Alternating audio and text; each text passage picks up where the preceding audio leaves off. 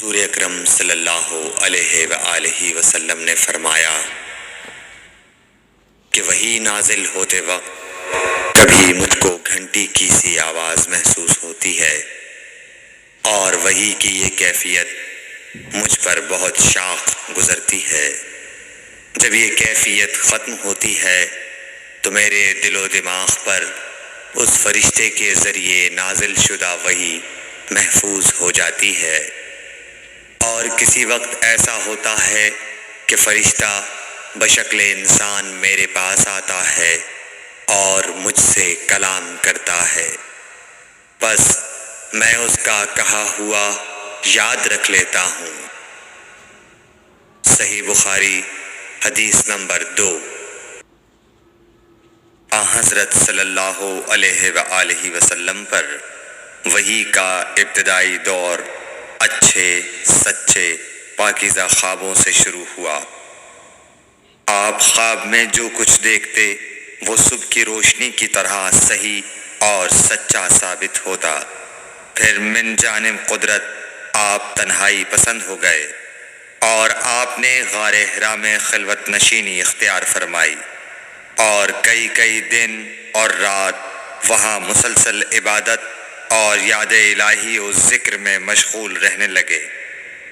جب تک گھر آنے کو دل نہ چاہتا توشہ ہمراہ لیے ہوئے وہاں رہتے۔ توشہ ختم ہونے پر ہی اہلیہ محترمہ حضرت خدیجہ رضی اللہ تعالی عنہا کے پاس تشریف لاتے اور کچھ توشہ ہمراہ لے کر پھر وہاں جا کر خلوت گزیں ہو جاتے۔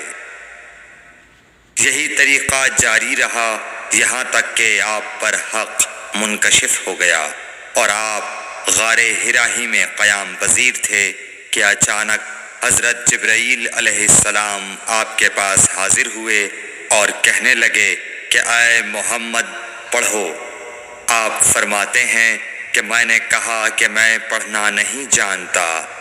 آپ صلی اللہ علیہ وسلم فرماتے ہیں کہ فرشتے نے مجھے پکڑ کر اتنے زور سے بھینچا کہ میری طاقت جواب دے گئی، پھر مجھے چھوڑ کر کہا پڑھو۔ میں نے پھر وہی جواب دیا کہ میں پڑھا ہوا نہیں ہوں۔ اس فرشتے نے مجھ کو نہایت ہی زور سے بھینچا کہ مجھ کو سخت تکلیف محسوس ہوئی، پھر اس نے کہا کہ پڑھ۔ میں نے کہا میں پڑھا ہوا نہیں ہوں۔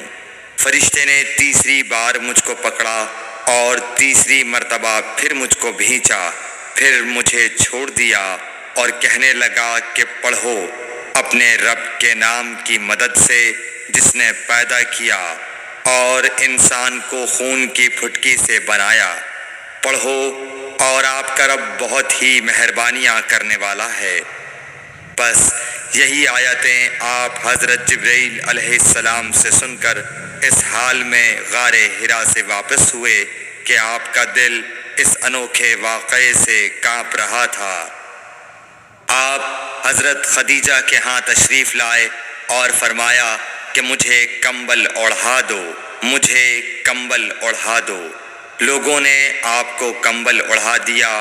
جب آپ کا ڈر جاتا رہا تو آپ نے اپنی زوجہ محترمہ حضرت خدیجہ رضی اللہ تعالی عنہا کو تفصیل کے ساتھ یہ واقعہ سنایا اور فرمانے لگے کہ مجھ کو اب اپنی جان کا خوف ہو گیا ہے۔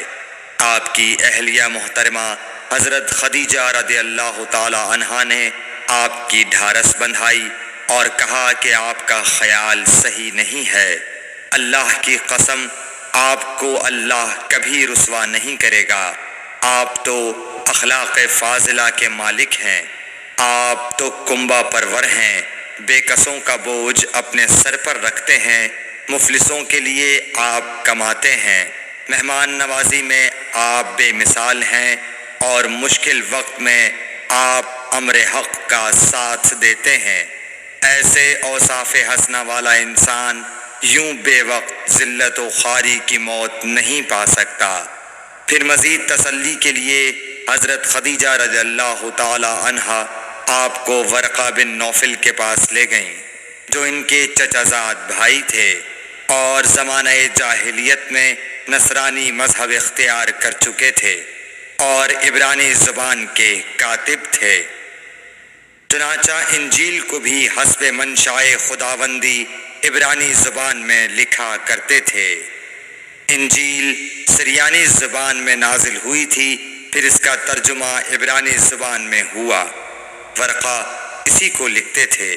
وہ بہت بوڑھے ہو گئے تھے، یہاں تک کہ ان کی بینائی بھی رخصت ہو چکی تھی۔ حضرت خدیجہ رضی اللہ تعالی عنہا نے ان کے سامنے آپ کے حالات بیان کیے اور کہا کہ اے چچا زاد بھائی، اپنے بھتیجے محمد صلی اللہ علیہ وسلم کی زبانی ذرا ان کی کیفیت سن لیجئے۔ وہ بولے کہ بھتیجے، آپ نے جو کچھ دیکھا ہے اس کی تفصیل سناؤ۔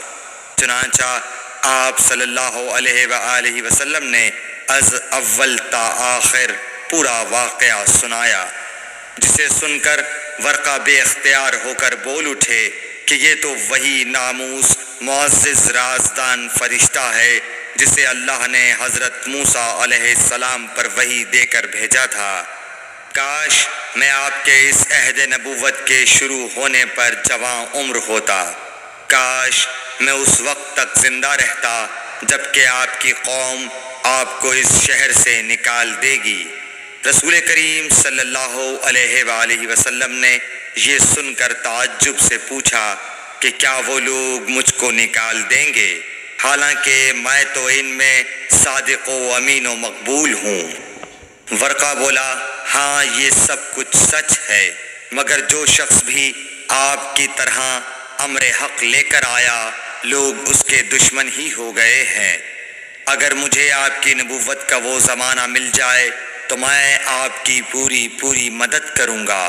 مگر ورقہ کچھ دنوں کے بعد انتقال کر گئے، پھر کچھ عرصے تک وحی کی آمد موقوف رہی۔